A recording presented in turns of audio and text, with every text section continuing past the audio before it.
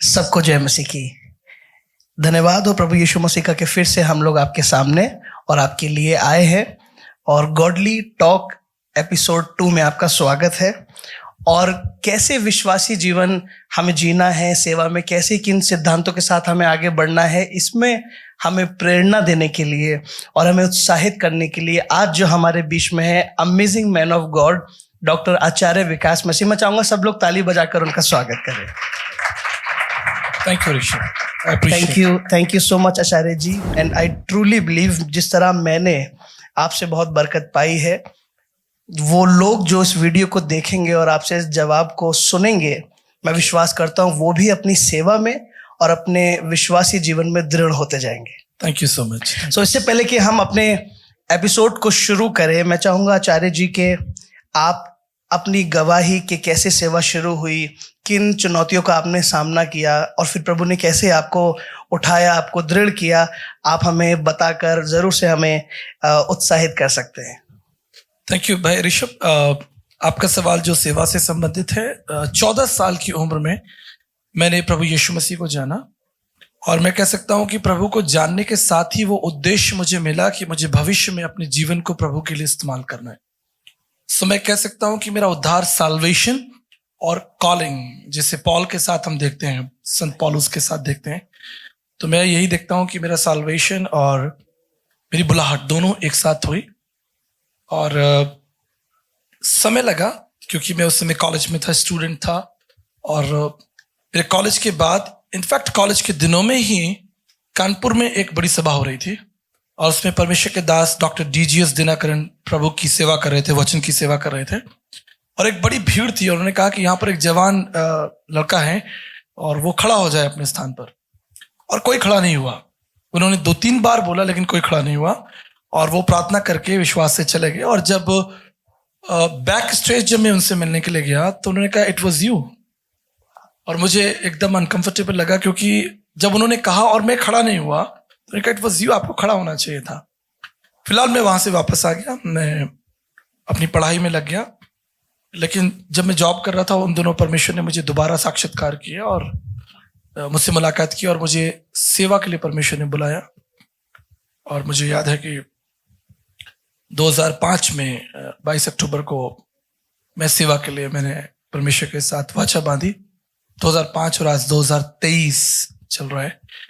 एक लंबा समय परमेश्वर के साथ उस सेवा में बड़ा आनंदित रहा, बड़ा ब्लेस्ड रहा। Praise God. आइए जोरदार ताली बजाकर परमेश्वर के इस दास का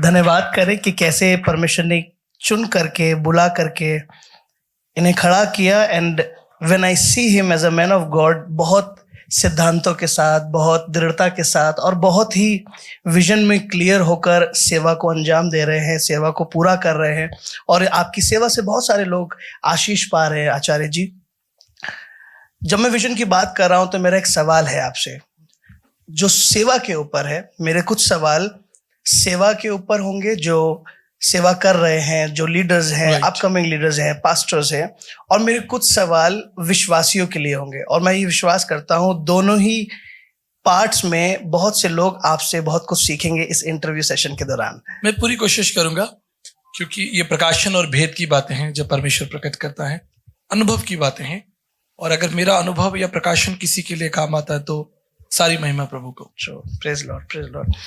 आचार्य जी, मेरा पहला सवाल है,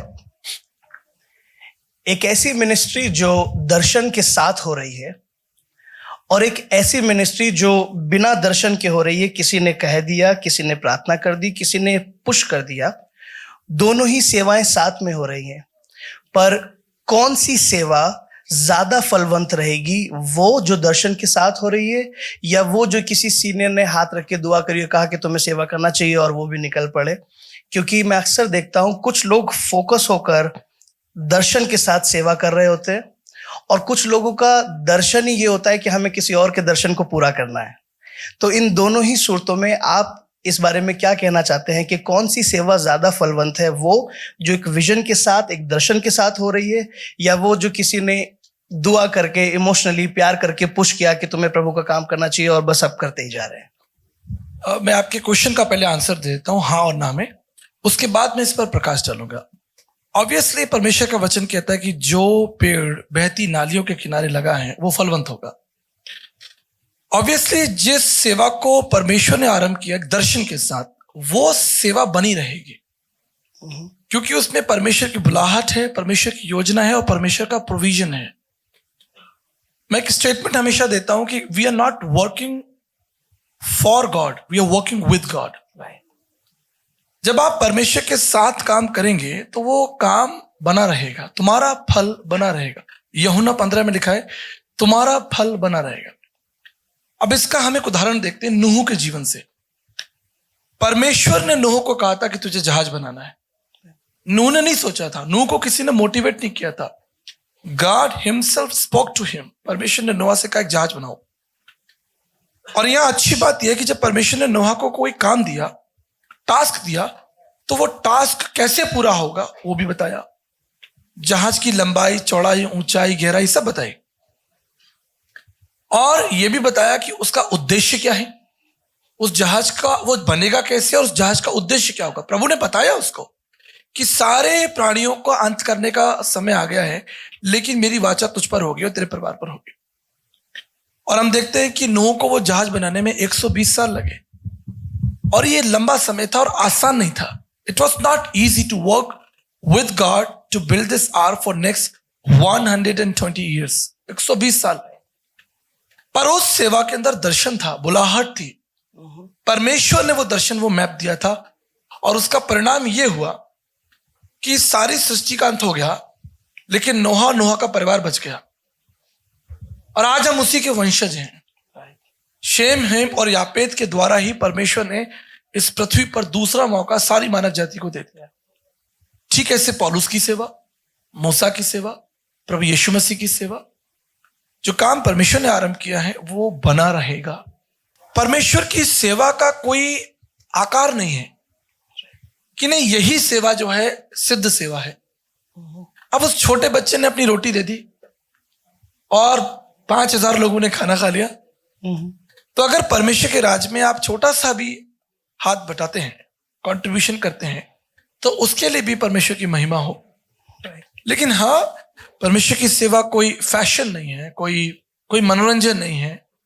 सिर्फ एक, मैं कह सकता हूं, मनोरंजन के लिए गिटार बजाना नहीं है, मनोरंजन के लिए गाना नहीं है। उसमें एक दर्शन होना चाहिए, एक समर्पण होना चाहिए, एक आंसू होने चाहिए, एक त्याग होना चाहिए।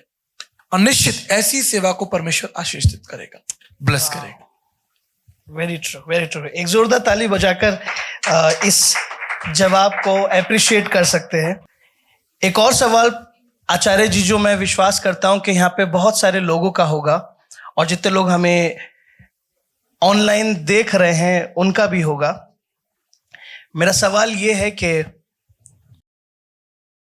एक सीनियर पास्टर को एक एसोसिएट पास्टर के साथ कैसा होना चाहिए? क्या ये सवाल यहां पर किसी और भी लोगों का है, या आप इसका जवाब सुनना चाहते हैं कि एक सीनियर पास्टर को एक एसोसिएट पास्टर के साथ कैसे होना चाहिए, अपना उसका बिहेवियर उसके साथ कैसा होना चाहिए, उसके साथ रिलेशन कैसा होना चाहिए? क्योंकि अक्सर देखा जाता है कि 2 पादरियों ने सीनियर और एसोसिएट होकर के शुरू किया, और या तो एसोसिएट की वजह से या सीनियर की वजह से बात बहुत आगे नहीं बढ़ पाई। And when I see you that you are a right person to ask this question because I have seen you। मैंने देखा है कि आप अपने एसोसिएट्स को बहुत प्यार करते हैं। अपने फ्लायर में आपकी खुद की डायरेक्ट फोटो नहीं होती, अपने एसोसिएट्स की फोटोज होती है। अगर कोई एक्टिविटी या कोई मीटिंग हो रही तो आप अपने सब एसोसिएट्स को स्टेज पर बुलाकर उनके साथ फोटोज खिंचवाते हैं कि कभी ये ना हो कि कोई एक फेस भारतीय मसीह समाज को रिप्रेजेंट कर रहा है। एंड अगर मैं अपना पर्सनल आपको ये बता पाऊं,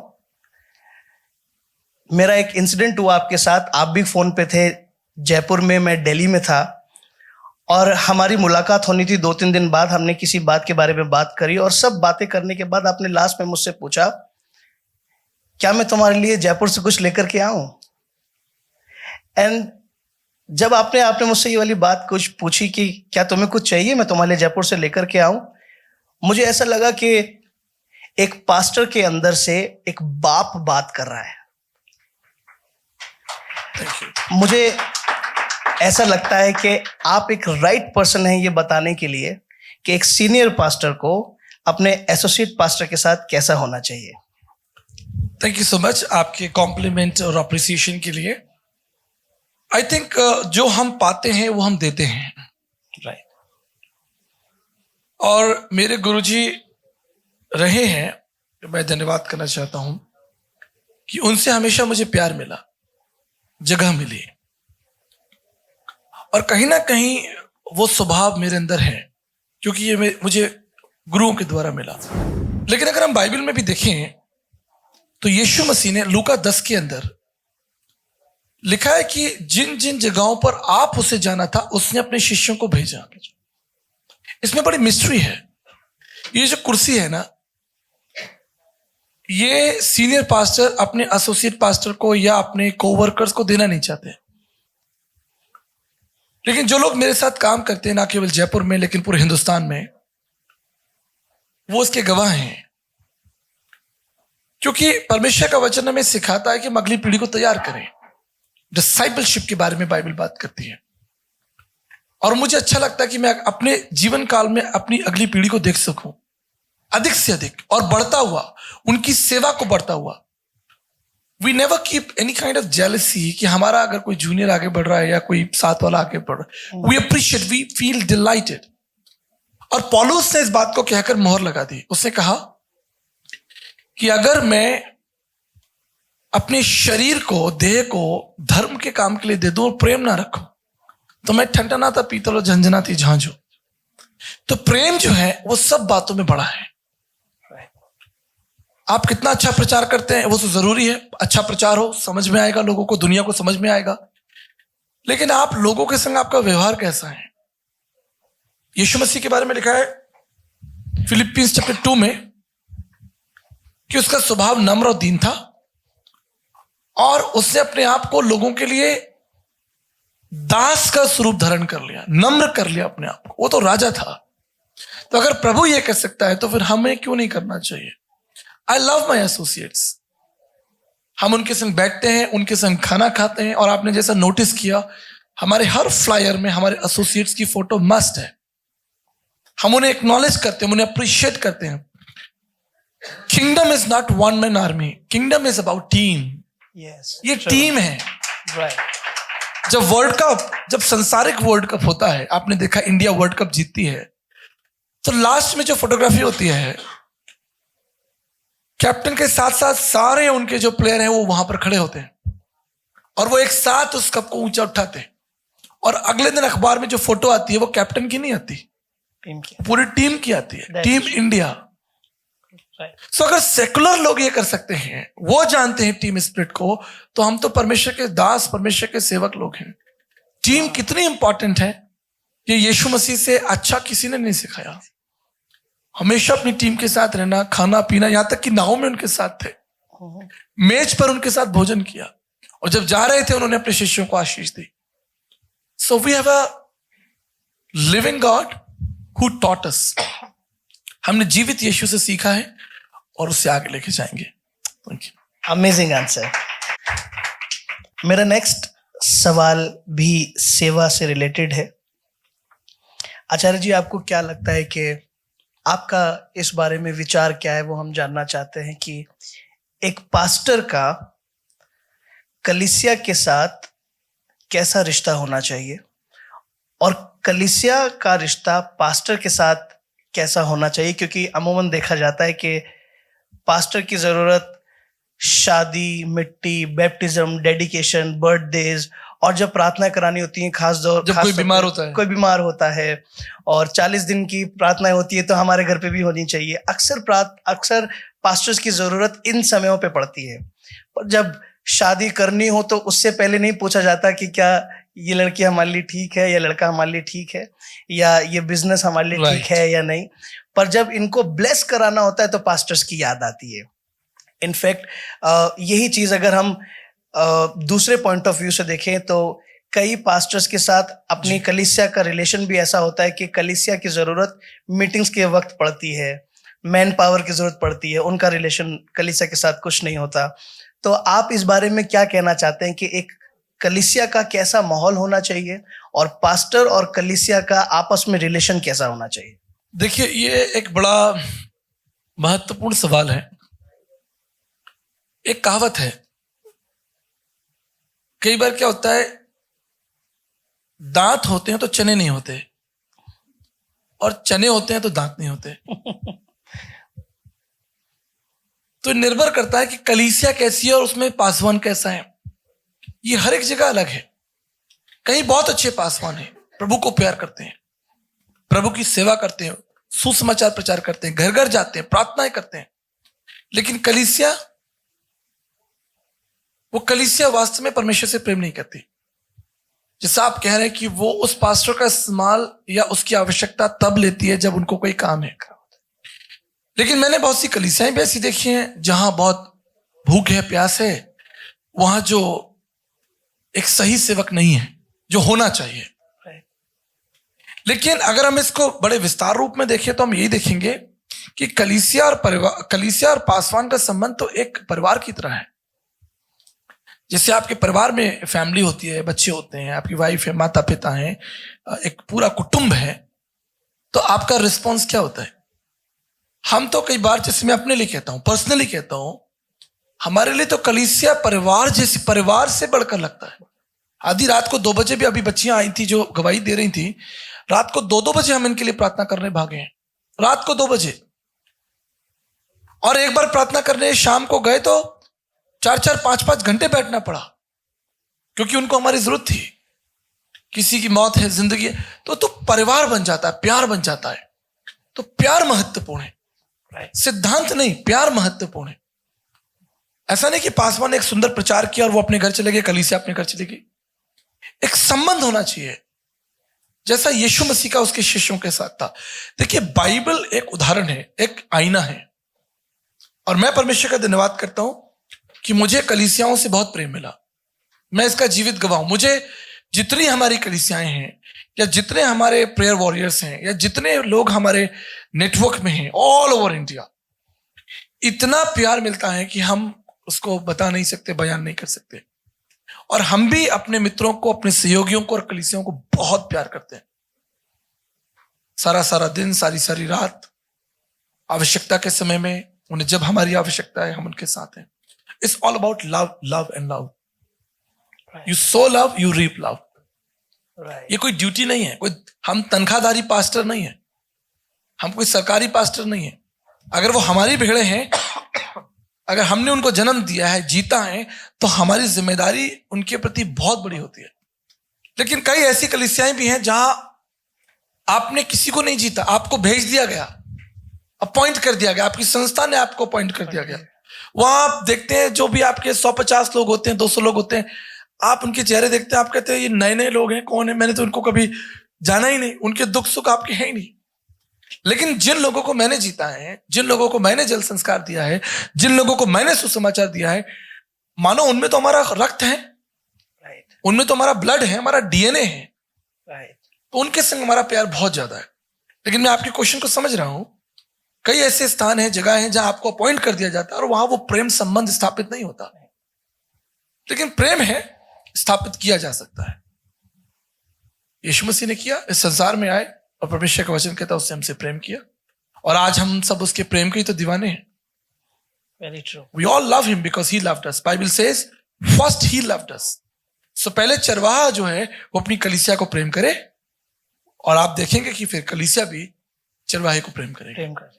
वो उसके पहचान लेगी, अपने चरवाहे को उसके प्रेम से पहचान लेगी।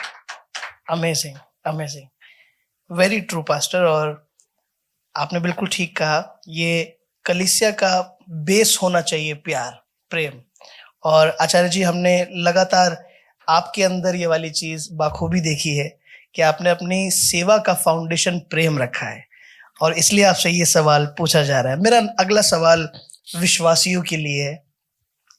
वो टूटे हुए लोग, परेशान लोग, जिनको ये बताया गया कि आप प्रभु के पास आओ और जल्दी आपको छुटकारा मिलेगा, जब वो प्रभु के साथ चलने लगते हैं और परमेश्वर के साथ ईमानदार हो जाते हैं और फिर भी उनको छुटकारा नहीं मिल रहा होता, उनके जख्म का इलाज नहीं हो रहा होता, तो उस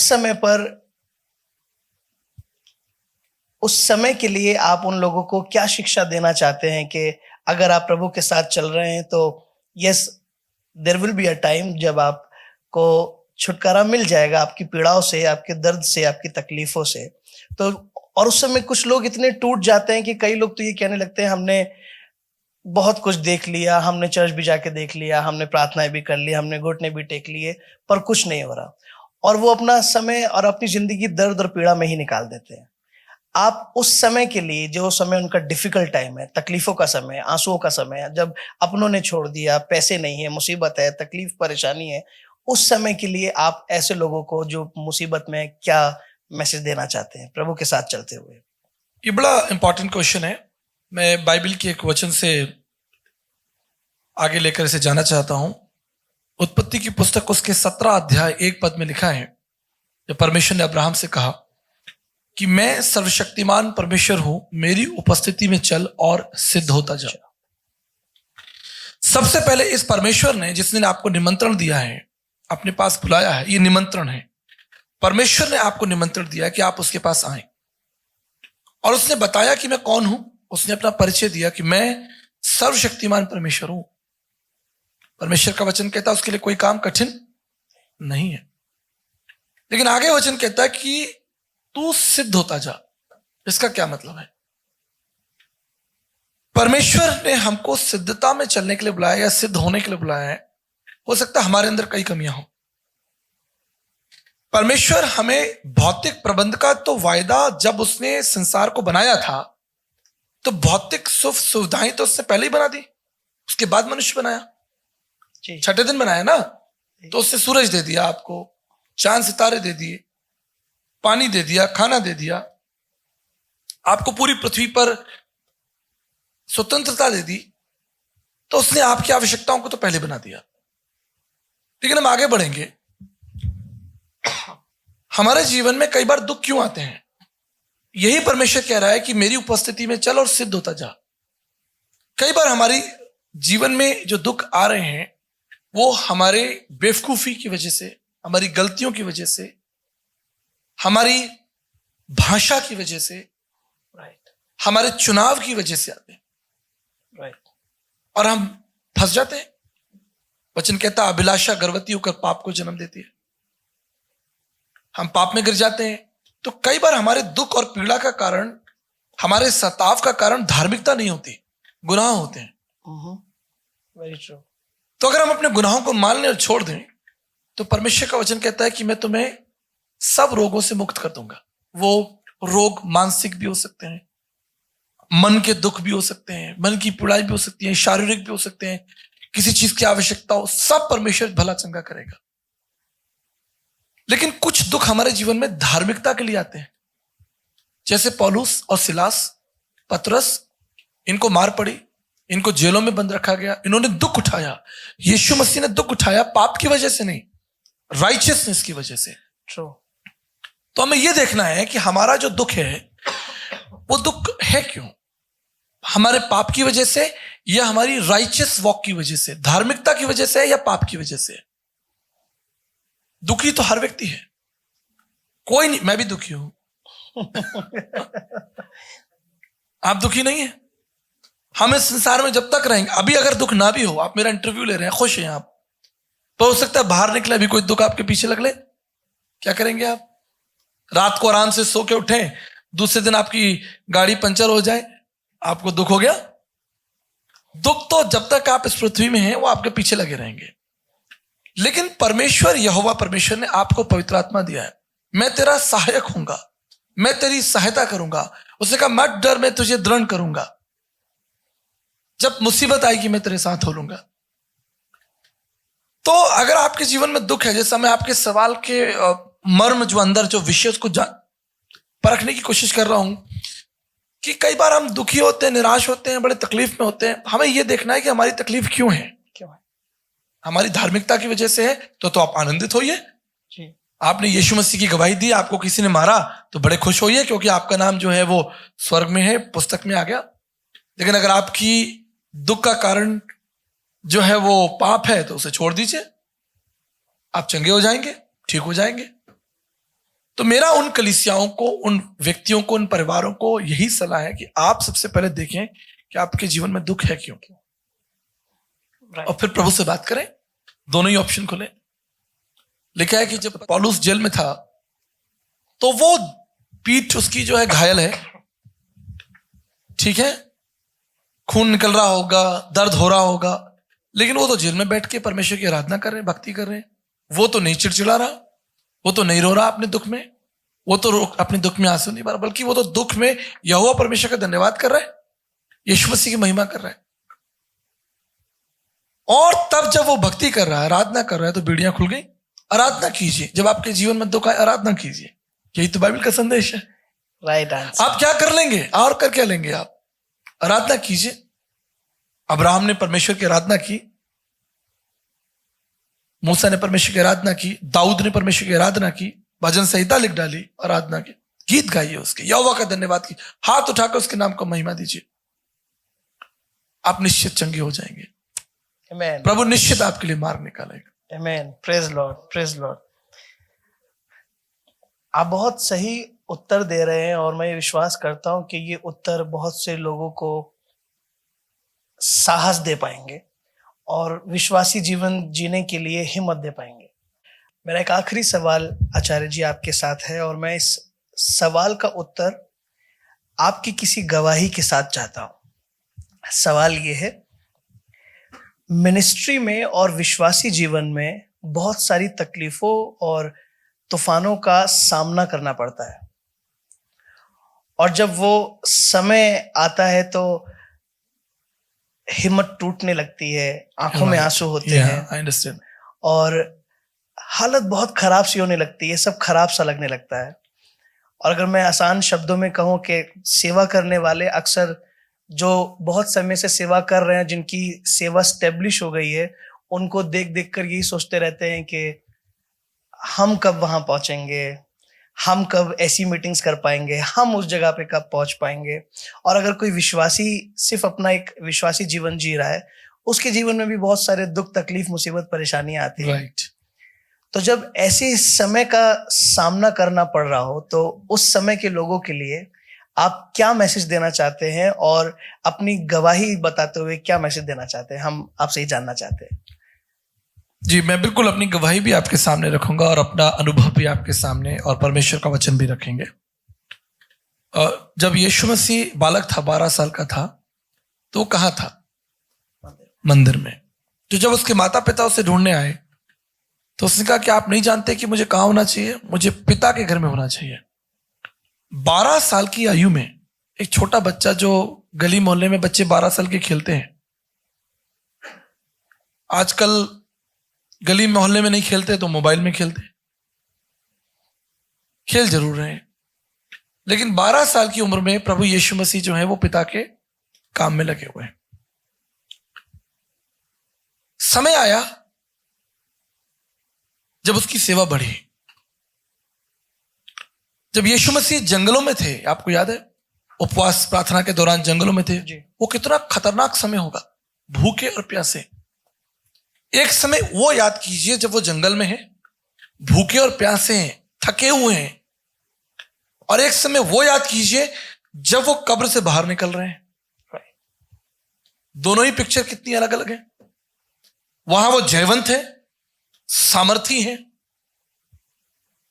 उनका पुनरुत्थान हुआ है, मृत्यु पर जय पाई है, इतिहास, आप समझते, इतिहास बदल दिया गया, मृत्यु पर जयवंत हो गए। और दूसरी तरफ वो जंगल में अकेले हैं, भूखे और प्यासे हैं। समय आएगा, आप उस परमेश्वर के काम को करते रहिए, जैसे यीशु मसीह ने कहा कि मुझे अपने पिता के घर में होना है। आप छोटे सेवक हैं, आपकी अभी अभी सेवा शुरू हुई है, कोई आपको नहीं जानता, कोई आपकी बड़ी मीटिंग नहीं हो रही, कोई आपको 7,000 इन्विटेशन नहीं आए। हो सकता है कि आप हजार लोगों की मीटिंग तो छोड़ो, आपके चर्च में 12-15 लोग हों। आप देखते हो कि कोई पास्टर तो 1 लाख लोगों के बीच में खड़े होकर प्रचार कर रहा है, मेरा ये नंबर कब आएगा? तो मैं आपको याद दिलाना चाहता हूं कि आप इस महत्वाकांक्षा से सेवा मत कीजिए कि मुझे एक बड़ा मंच मिले, क्योंकि बाइबल कहती है परमेश्वर हमारे मनोरथों को जानता है, मन को जानने वाला परमेश्वर है। आप उसकी सेवा आनंद के साथ कीजिए। अब आपने मेरा सवाल पूछा, मैं आपको बता देता हूं। मैंने जब सेवा शुरू की मुझे कोई नहीं जानता था, आप भी नहीं जानते थे। आप जानते थे क्या? बिल्कुल नहीं। आज लाखों लोग जानते हैं, करोड़ों लोग जानते हैं, लेकिन आज से 15 साल पहले, 18 साल पहले या 20 साल पहले कोई नहीं जानता था। वही सही समय है, आप अपना काम करते रहिए। तो मेरी गवाही यह है कि जब मैं छोटी छोटी जगहों पर, छोटी छोटी कलीसियाओं में 10, 15, 20 लोगों के बीच सेवा करता था, मुझे एक बुजुर्ग आंटी ने बुलाया। बोले, बेटा तुम बड़ा अच्छा प्रचार करते हो, तुम मेरे चर्च चलो। तो मैंने कहा, ये बुजुर्ग आंटी कहां ले जाएंगी चर्च, वहां तो सब बुजुर्ग ही बैठे होंगे। मैंने कहा चलिए आंटी। कहती बंबई आना पड़ेगा। मैंने मुंबई का नाम सुना, करीब 18-20 साल पुरानी बात है। तो मैं खुश हो गया। मैंने कहा अच्छा भाई चलो, हमें मुंबई जाने का मौका मिल रहा है। हम फटाफट ट्रेन पकड़ के मुंबई पहुंच गए। 3 टायर में गया। 3 टायर समझते हैं आप? नॉन एसी गाड़ी में। अब बंबई जब पहुंचा तो वहां जबरदस्त गर्मी, ह्यूमिडिटी। तो मतलब इतना पसीना आ रहा है, ऐसा लग रहा है कि हम तो ह्यूमिडिटी से ही मर जाएंगे। मुझे उन्होंने YMCA में रख दिया, नॉन एसी कमरे में। अब एक तो गर्मी, ऊपर से जबरदस्त ह्यूमिडिटी, और एसी भी नहीं। एसी तो मेरे घर में भी नहीं था, पंखा था, लेकिन कम से कम हमारे राजस्थान में पंखा काम तो करता है, वहां मुंबई में तो पंखा भी नहीं काम कर रहा। मैंने कहा ये तो हम बुरे फंस गए, रात भर नींद नहीं आई। सुबह 10 बजे तैयार हो गए, गए तो वहां पर मुश्किल से 60-70 बुजुर्ग लोग बैठे। वो देख के मैं थोड़ा और अंदर से, मेरा मन जो है वो बुजुर्ग हो गया। मैंने कहा मैं इन्हें क्या बताऊंगा, ये क्या सुनेंगे, ये क्या सीखेंगे। अब मरता क्या नहीं करता, मैंने जो है वो सुसमाचार प्रचार, वचन सेवा जो भी प्रभु ने दिया था, प्रकाशन वचन दे दिया। देखिए मैं आपको सच बता रहा हूं, मैं यहां पर बैठकर कुछ और भी बोल सकता हूं, लेकिन मैं अपने फेलियर्स, अपने कन्फेशन आपको बता रहा हूं कि मैं ऐसा सोच रहा था मैं क्यों आया। इन लोगों के बीच इतनी दूर, कोई बढ़िया मीटिंग होती, रिवाइवल मीटिंग होती, 200-500 लोग तो होते, थोड़ा जवान भी होते, कोई नाच रहा होता, हाथ उठा रहा होता। बुजुर्ग लोग तो हाथ भी नहीं उठा रहे, कुछ लोग तो वो व्हील चेयर पर आए थे। एनीवे, मैं कहानी संक्षेप करता हूं। जब मैंने प्रचार करना शुरू किया, मेरे प्रचार के अंत में एक साहब मेरे पास में आए। उनका नाम है जॉर्ज जॉन। अगर ये वीडियो देखेंगे तो उनको भी याद आ जाएगा। तो जॉर्ज जॉन जी ने कहा मुझे कि पास्टर जी, आप इतना अच्छा प्रचार करते हो, आप टेलीविजन पे क्यों नहीं प्रचार करते। अब हम तो गली गली के प्रीचर, गली मोहल्ले के प्रीचर, और उन्होंने बात कर दी टेलीविजन की। तो ये तो सपने वाली बात होगी। हमने कहा भाई टेलीविजन पे हम कहां से आ सकते हैं। कहते नहीं, मैं आपका एक प्रोग्राम स्पॉन्सर करता हूं, चलो। उस समय नया नया शुभ संदेश टीवी आया था। वाह। तो हमारा जो है उन्होंने, और भैया वो प्रोग्राम रिकॉर्ड करके हमने जो है शुभ संदेश में भेज दिया। और क्रिसमस से एक दिन पहले वो प्रोग्राम जो है 24 तारीख को टीवी पे प्रकाशित हुआ, सुबह 6 बजे। हम भी बैठ गए अपना प्रोग्राम टीवी पे देखने के लिए, हम टीवी पे कैसे लग रहे हैं। जी। प्रचार से ज्यादा ये हमको चिंता थी कि हम टीवी पे कैसे लगेंगे। अब जी प्रचार हो रहा है टीवी पे, हम पहली बार अपने आप को टीवी पे देख रहे हैं, बड़ा खुश हुए। नीचे हमारा फोन नंबर था, हमें यकीन नहीं था, हमारा फोन बजने लगा, एक के बाद एक फोन, कम से कम 100-150 फोन आ गए। जिंदगी में पहली बार, मतलब ऐसा सोचो कि मतलब वो 6:30 बजे प्रोग्राम खत्म हुआ, 8-9 बजे तक तो 100-150 मिस कॉल थी, एक के पीछे एक कॉल बैक, लॉक बैक हो गया। अब हम जिससे बात कर रहे हैं, पास्टर जी बहुत अच्छा प्रचार था, ये था वो था। अब लोग व्हाट्सएप डाल रहे हैं, लोग मैसेजेस कर रहे हैं, हमें आपसे दुआ करानी, हमसे ये करना है वो करना है। हम तो बड़े कंफ्यूज हो गए, भाई इतने लोगों से कैसे बात करें। जॉर्ज जॉन जी ने फोन किया, कहते हैं, मैं उस समय जवान सेवक था, आज भी जवानी हूं, लेकिन जरा मैं आपको 10, 15, 18 साल पुरानी बात बता रहा हूं। बोले जी मजा आ गया, तो मजा आ गया, मतलब आनंद आ गया बेटा, आनंद आ गया, आप तो टीवी पे कंटिन्यू रहो। तो हमारा भी जोश बढ़ गया। मैंने कहा भाई टीवी पे कंटिन्यू रहे, कैसे रहेंगे? उन्होंने कहा ये आप चिंता ना करो, मैं आपके पीछे खड़ा हूं। वाह, प्रेज लॉर्ड। उन्होंने सालों मेरा प्रोग्राम टीवी पर लाने के लिए मेहनत की। आप मेरे जितने भी वीडियो देख रहे हैं यूट्यूब पर पढ़े, उठाकर देखिए, 10 साल पुराने, 8 साल पुराने, 9 साल पुराने, अगर आप में से किसी ने मेरे वीडियोस देखे होंगे, पुराने वीडियो, वो उसी टेलीविजन प्रोग्राम के हैं। और जब वो यूट्यूब पे चला, टेलीविजन में चला, आज तक इनविटेशन खत्म नहीं हुए। Praise God. हजारों हजारों इनविटेशन पड़े हमारे पास। कहां जाएंगे बोलिए? बंबई, कलकत्ता, दिल्ली, बैंगलोर, नागपुर, न केवल भारत, पूरा विश्व। क्योंकि प्रभु ने कहा है तुम देश देश में और राज्य राज्य में मेरे गवाह ठहरोगे। Amen. अमेरिका गया, कनाडा गया, न्यूजीलैंड गया, स्वीडन गया, नॉर्वे गया, सिंगापुर गया, पूरी दुनिया घूम ली। पर जो तथ्य मैं आपको बताना चाहता हूं वो ये है कि अगर आप थोड़े में ईमानदार हैं तो बहुत बातों में परमेश्वर आपको बढ़ाएगा। Amen. Very true. आप छोटी सभा में ईमानदारी दिखाइए, जी। 10 लोगों की सभा में ईमानदारी दिखाइए, छोटे चर्च में ईमानदारी दिखाइए, आपको देखिए परमेश्वर बढ़ाएगा। कैसे नहीं बढ़ाएगा? उसने तो कहा, उसी ने तो निमंत्रण दिया है आपको। कोई बात ही नहीं है बढ़ाने की, इसमें कोई शक ही नहीं होना चाहिए। उसने तो आपको निमंत्रण दिया, follow me, I will make you fishers of man. मेरे पीछे आओ, मैं तुम्हें मनुष्यों के पकड़ने वाला बनाऊंगा। तो निमंत्रण उसका है। तो अगर आप थोड़े में ईमानदार हैं, और सुसमाचार की सेवा, जो मैं अंतिम बताकर समाप्त करना चाहूंगा, आप क्या प्रचार कर रहे हैं? लोगों को प्रभावित करने के लिए, अपने आप को फेमस करने के लिए, या आपका कोई कॉम्पिटिटर है? नहीं, आप सुसमाचार प्रचार कीजिए। यीशु मसीह ने क्या किया? अपनी मिनिस्ट्री मत प्रचार कीजिए, सुसमाचार प्रचार कीजिए, गॉस्पेल प्रचार कीजिए। What Jesus has done for you, and then you will see His glory. Amen. Hallelujah. आपको इतने लोग ज्वाइन करेंगे कि आप कहेंगे बस भैया अब मैं थक गया हूं। वाह, वाह। हालांकि आप थकेंगे नहीं, शारीरिक रूप में तो थक जाएंगे, लेकिन आत्मिक इतना बल होगा, लिखा वचन में, प्रत्येक दिन उसका जो बल है वो नया हो जाएगा। प्रत्येक दिन सुसमाचार का प्रचार कीजिए, नम्र रहिए।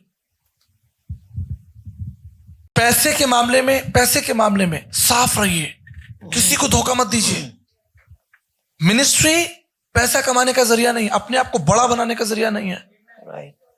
मिनिस्ट्री एक ऐसा प्लेटफॉर्म नहीं है जहां आप सेलिब्रिटी बन जाएं। राइट। ये सब बातें हमें निकालनी होंगी। परमेश्वर आपको सही समय पर बढ़ाएगा, Amen. उसके सही समय पर वो आपको बना देगा जो आपको बनना है। Amen. उसने आपके लिए योजना रखी है ना, उसने कहा ना कि मेरे पास तुम्हारे लिए योजना है। तो हमें कुछ चीजें हटानी पड़ेंगी, कुछ चीजें ऐड करनी पड़ेंगी। मिनिस्ट्री पैसा कमाने का जरिया नहीं है, अपने आप को बड़ा करने का जरिया नहीं है। बड़ी बड़ी सभाओं में जाने के लिए आपको परिपक्व होना पड़ेगा। क्या आप तैयार हैं 50,000 लोगों के सामने खड़े होकर प्रचार करने के लिए? जब 50,000 की भीड़ आपके सामने खड़ी होगी, आपके मुंह से आवाज ही नहीं निकलेगी। क्यों? क्योंकि आपने 500 लोगों के बीच में प्रचार नहीं किया, तो 50,000 कैसे कर लेंगे? तो पहले परमेश्वर आपको 5 देगा, फिर 15 देगा, फिर 50 देगा, फिर 500 देगा, फिर 5,000 देगा, फिर 50,000 के सामने भी खड़ा करेगा। आमीन। Amen. Amen. ये उसका तरीका है। यीशु मसीह ने नहीं किया क्या? यीशु मसीह सामरी स्त्री के साथ कुएं पे बैठ के बात करता। द किंग ऑफ किंग, वो सामरी स्त्री के साथ कुएं पे बैठ, 1-on-1। अरे भाई, उसके लिए तो बड़ा क्रूसेड करो, बड़ा तख्त लगाओ। एक आदमी के लिए वो विश्वास योग्य था, तभी तो वो पृथ्वी का राजा बन गया। Wow. Amen. तो अगर आपको एक भेड़ दी गई है, आपके पास 5 भेड़ है, उसी में आप विश्वास योग्य नहीं है और बड़ी मिनिस्ट्री चाहते हैं, बड़ा मंच चाहते हैं, ये तो मेरी सलाह है जो मेरे सेवक सहयोगी मेरे साथ चल रहे हैं और जो मेरे पीछे आएंगे, कभी ये वीडियो सुनेंगे, यीशु के पीछे भागे, उसके स्वभाव के पीछे भागे। Follow his humbleness, the way he loved people. Yes. मैं एक अंतिम बात बताकर समाप्त कर दूं, ज्यादा खींचना नहीं चाहता। मैं चंडीगढ़ में था, एक बड़ी सभा थी सेक्टर 18 में। मीटिंग खत्म हो गई, रात को लगभग 12-1 बज रहा था। जितने हजारों लोग मीटिंग में आए थे, मैंने सबसे हाथ मिलाया, थक गया। प्रचार किया, हजारों लोगों के संग हाथ मिलाया, थक गया। सारी पब्लिक चली गई। लास्ट में जब वहां सफाई हो रही थी और दरियां समेटी जा रही थी और कुर्सियां बंद की जा रही थी, तो मेरे जो ऑर्गेनाइजर मित्र थे उन्होंने कहा कि चलें सर, हम लोग भी घर चलते हैं। मैंने कहा चलिए।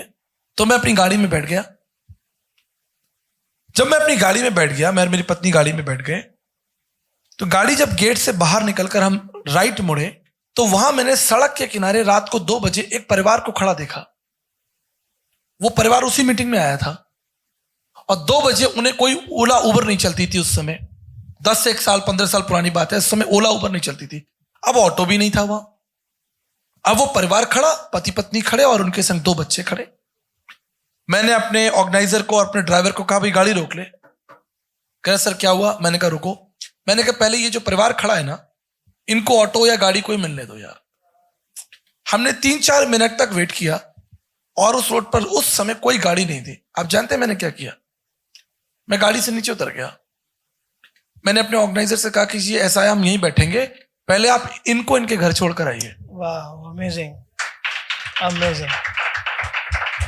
तो मंच पे तो मैं आपको ऐसे ऐसे लोग ला दूं प्रचार करने के लिए जो MBA होल्डर्स हैं, IITians हैं, या हमारे जो मीडिया के भाई जो बड़ा अच्छा अच्छा बोलते हैं, मीडिया में कितना अच्छा बोलते हैं, सब स्क्रिप्टेड होता है। अच्छा अच्छा प्रचार करवा लीजिए। तो प्रचार तो कोई भी कर सकता है। आप एक नॉन बिलीवर को सिखा दीजिए कि आपको यह प्रचार करना है, कर देगा। वो यीशु मसीह को पानी पे चला देगा। वो यीशु मसीह से 5000 रोटी लोगों को खाना खिलवा देगा, 5000 लोगों को एग्जैक्टली जैसा आप चाहते हैं वो कर देगा। आप लिख के दे दीजिए, टेलीप्रॉम्प्टर पे पढ़ देगा। पर यीशु मसीह जैसा स्वभाव कहां से लाएगा? अनॉइंटिंग कहां से लाएगा? ग्रेस कहां से लाएगा? कंपैशन कहां से लाएगा? सो मिनिस्ट्री का मतलब केवल एक बड़े मंच पर खड़े होकर प्रचार करने का मतलब नहीं है। मिनिस्ट्री का मतलब है यीशु मसीह को जीना। राइट। आप उसके साथ जिए, एंजॉय करें, जिए उसके साथ एवरी डे, और फिर आप देखेंगे कि वो आपको कैसे बढ़ाएगा, आपको कितनी आशीष देगा। आप कहेंगे प्रभु तेरा लाख लाख धन्यवाद। और याद रखिएगा, आप ही नहीं, आपकी पीढ़ियां जो आपके पीछे आ रही हैं वो भी आशीषित होंगे। आमेन, आमेन। अगर आप विश्वास योग्य हैं, आप उपस्थित हैं और सीखने का हृदय रखते हैं, फेथफुल, अवेलेबल और टीचेबल। Fat, FAT। ये फैट मोटा वाला नहीं, फैट मोटा वाला नहीं। F means faithful, A for available and T for teachable, सीखने का हृदय। एक जगह मैंने बताया, पढ़ाया, मैंने कहा तो उस भाई ने लिख लिया टीचेबल माने सिखाने वाला। अरे मैंने कहा सिखाने वाला नहीं भाई, सीखने वाला। कहता अच्छा टीचेबल का मतलब ये होता है। हम सब सिखाना चाहते हैं दूसरों को, लेकिन खुद नहीं सीखना चाहते। सो अगर आप विश्वास योग्य हैं, उपस्थित हैं, छोटी कलीसियाओं के लिए, एक व्यक्ति के लिए अवेलेबल हैं और सीखने का हृदय रखते हैं, स्वर्ग और पृथ्वी का सारा अधिकार तुम्हें मिल गया। Amen, amen. Correct answer, right answer. I am so blessed to hear that. आचार्य जी, एक आखिरी प्रार्थना में चलने से पहले मेरे पास कुछ मैसेजेस कभी कभी आते हैं, कुछ कॉल्स आते हैं, कुछ लोगों से बारे में मुझे पता चलता है हिम्मत हार गए, टूट गए, बिखर गए, खुदा का घर छोड़ दिया, प्रभु का घर छोड़ दिया, प्रभु का नाम लेना छोड़ दिया, आपस में भी घर में किसी से बात नहीं कर रहे। कुछ परेशानियों ने उन्हें इतना तोड़ दिया कि अंदर से बहुत खत्म हो गए। I understand. उनके लिए एक छोटा सा मैसेज आप क्या देना चाहते हैं? एक ऐसा मैसेज जो उनको साहस दे, हिम्मत दे, आनंद दे और आगे चलने की ताकत दे। देखिए ये सवाल तो ऐसा है, इसमें छोटा नहीं, इसमें कम से कम 1 घंटे का प्रचार हो। देखिए यीशु मसीह के सामने जब वो परिस्थिति आई तो उसने कहा कि प्रभु हो सके तो ये प्याला मेरे सामने से टल जाए। जब वो रात आ गई, प्रभु को पता था कि वो तो सर्वज्ञानी थे ना, तो उनको मालूम था कि कितनी दुख भरी पीड़ा सहनी होगी, और केवल शारीरिक वेदना नहीं, संसार का सारा पाप उसके ऊपर डाल दिया जाएगा और उसका पिता उससे मुंह फेर लेगा। वो तो मालूम था ना, इसलिए उन्होंने कहा प्रभु हो सके तो ये प्याला मेरे सामने से टल जाए। तो मैं इसे कह सकता हूं कि चिंता तो प्रभु को भी हुई, निराशा तो प्रभु को भी हुई, उसका पसीना जो है वो रक्त के समान गिर रहा था। अब उससे हम भय तो नहीं कह सकते कि उस सामर्थ्य परमेश्वर है, लेकिन ह्यूमन फ्लैश में तो था। तो मैं ये इस चीज को मानता हूं कि कहीं ना कहीं वो एक वेदना की परिस्थिति थी, कठिन परिस्थिति थी यीशु के लिए भी। लेकिन उससे क्या कहा, प्रभु हो सके तो टल जाए, लेकिन अगर ना भी टले तो तेरी इच्छा पूरी हो। तो अगर आपके जीवन में वेदना है, आपके जीवन में कोई तकलीफ है, कोई समस्या है, कोई कारण है, हिम्मत मत हारिए, बस एक बात कहिए, प्रभु तेरी इच्छा पूरी हो। मैं यहां बैठा हूं, कई वेदनाओं से निकला हूं, कई तकलीफों से निकला हूं, चाहे वो शारीरिक हो, मानसिक हो, आर्थिक हो, व्यवहारिक हो। जैसे यीशु मसीह रिजेक्ट किया गया, मैं भी रिजेक्ट किया गया। यीशु मसीह को सताया गया, मुझे भी सताया गया। यीशु मसीह को दुख हुआ, मुझे भी दुख हुआ। तो खैर इंटरव्यू लंबा ना हो जाए, इसलिए मैं इसको ब्रीफ करता हूं कि ये किसी शायर ने कहा, हम इसको इस्तेमाल करते हैं लड़के लड़की की मोहब्बत में, लेकिन मैं इसे जरा प्रभु के साथ जोड़ देना चाहता हूं। ये इश्क नहीं आसान, बस इतना समझ लीजिए, ये आग का दरिया है और तैर के जाना है। वाह, वेरी राइट। तो इश्क है, तैर के जाना पड़ेगा, और प्रभु भी तैर कर गया। दुख उठा उठा कर उसने महिमा की, दुख उठा उठा कर पौलुस और सिलास प्रभु के गीत गाते थे। लेकिन एक आशा है, वो आपको छोड़ेगा नहीं, गिरने नहीं देगा। वो काम जो आपके लिए रखा गया है, आप उसे पूरा करें और अपना मुकुट प्राप्त करें। Father, I have brought the glory to you by finishing the work you gave me to do. जो काम पिता आपने मुझे दिया है, उसे पूरा करके मैंने तेरी, उस काम की चिंता कीजिए, अपनी चिंता मत कीजिए। अगर आप अपनी चिंता करने बैठ गए, अपनी गाड़ी की, घोड़े की, बच्चों की, परिवार की, अपने पैसे की, तो आपका वो काम कभी पूरा नहीं होगा। आप प्रभु के काम की चिंता कीजिए। आज मेरे पास सब कुछ है, क्यों? क्योंकि मैं प्रभु के काम की चिंता करता हूं। तो प्रभु को मालूम है कि इसको यहां से वहां जाना है तो गाड़ी भी चाहिए, इसको बंबई पहुंचना है शाम को तो जी जहाज की टिकट भी है। प्रभु भेज रहा है ना, where he sends you, he provides you। प्रभु को मालूम है सर्दियां आ गई, इसको गर्म कपड़े भी चाहिए। प्रभु को मालूम है कि भाई मेरा आज इसने दिन भर काम किया, शाम को खाना भी चाहिए। तो मेरा पिता है ना वो। और मैंने आपको शुरू में कहा था, मैं पिता के साथ काम करता हूं, पिता के लिए नहीं करता। तो पिता के साथ काम कर रहा हूं तो मैं भूखा प्यासा कैसे रह जाऊंगा? लेकिन आप काम पे ध्यान दीजिए। तो मेरी सलाह है, अगर आप किसी वेदना से निकल रहे हैं, तकलीफ से निकल रहे हैं, आप बस पिता का काम पकड़े रहिए। आप ना दाएं मुड़े ना बाएं मुड़े, पिता का काम पकड़े रहिए। देखिए, लास्ट बात बताकर फिर मैं आपको जय मसीह की बोल देता हूं। तो जी क्या हुआ, मैंने एक भाई साहब को बुलाया एक मीटिंग में। मैंने कहा आप मेरे संग चल रहे हैं मीटिंग में? कहना चलूंगा। आए नहीं, मैं चिढ़ गया। मैंने कहा यार ये व्यक्ति जो है मुझे बोला कि मैं आता हूं लेकिन आया नहीं, तो उसके प्रति मेरे अंदर एक नेगेटिविटी आ गई। तो जिस भाई को मैंने नहीं कहा था वो आ गया, उसने कहा भैया मैं आपके साथ चलूं। अब मैं तो अकेला जा रहा था, अब एक से भले दो, उसके प्रति मेरा सम्मान बढ़ गया। मैंने कहा ये अच्छा मुझे भाई मिल गया, थोड़ी गाड़ी भी चला लेगा, मेरा बैग भी उठा लेगा, थोड़ा पानी भी दे देगा, थोड़ा सब। मिनिस्ट्री में हम जाते हैं तो कोई तो सहयोगी चाहिए ना। यीशु मसीह ने सिखाया दो दो करके जाओ, तो मैं अकेला रह गया। मैंने कहा यही ठीक है, प्रभु ने भेजा। तो जो नहीं आया उसके प्रति तो मैं चिढ़ गया, गुस्सा आ गया मुझे। पाप नहीं, एक मतलब आप समझ रहे ना, जी। कहीं आप गलत मतलब निकालने की, अरे भाई चिढ़ कैसे गए, नहीं उसके प्रति एक थोड़ी फीलिंग आ गई, कैसा व्यक्ति है। पर जो नहीं जा रहा था वो बेचारा आ गया, भैया मैं भी आपके साथ चलूं, उसके प्रति मेरा स्नेह, मेरा प्रेम बढ़ गया। तो जब मैं लौट रहा था तो मैंने देखा यार कि भाई इसको चलो एक बढ़िया मैं है शर्ट दिला देता हूं। ये मेरे संग आया, मैं उसे दुकान ले गया कैंटाबिल में। मैंने कहा भाई तू एक शर्ट पसंद कर ले, तो उसने एक सफेद रंग की शर्ट पसंद कर ली। मुझे एक और, वो कहने लगा, वहां पे जो दुकानदार था उसने कहा sir buy two get two free है। मैंने कहा अच्छा जी, buy two get two free. तो मैंने कहा चलो कोई बात नहीं भाई, तू एक और दे दे। वो व्यक्ति जो मेरे संग गया वो 4 शर्ट लेकर आया। आप सीक्रेट समझ गए? आप बस लगे रहो, प्रेज गॉड, आप सही जगह लगे रहें, प्रभु आपकी सारी छोटी बड़ी आवश्यकताओं को पूरा करेगा। मैं गवाह हूं उसका, मैं गवाह हूं। 20 साल की सेवा में आज तक मैंने अपना पर्स खाली नहीं देखा। Hallelujah, praise Lord. उसने हमारे खत्तों को, भंडारों को भरा है अपनी महिमा के लिए, अपनी सेवा के लिए,